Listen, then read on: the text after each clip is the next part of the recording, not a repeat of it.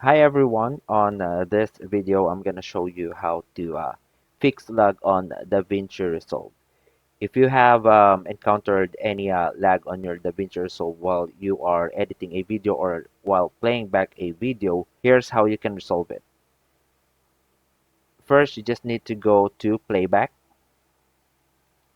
and then on the playback choose a timeline proxy resolution.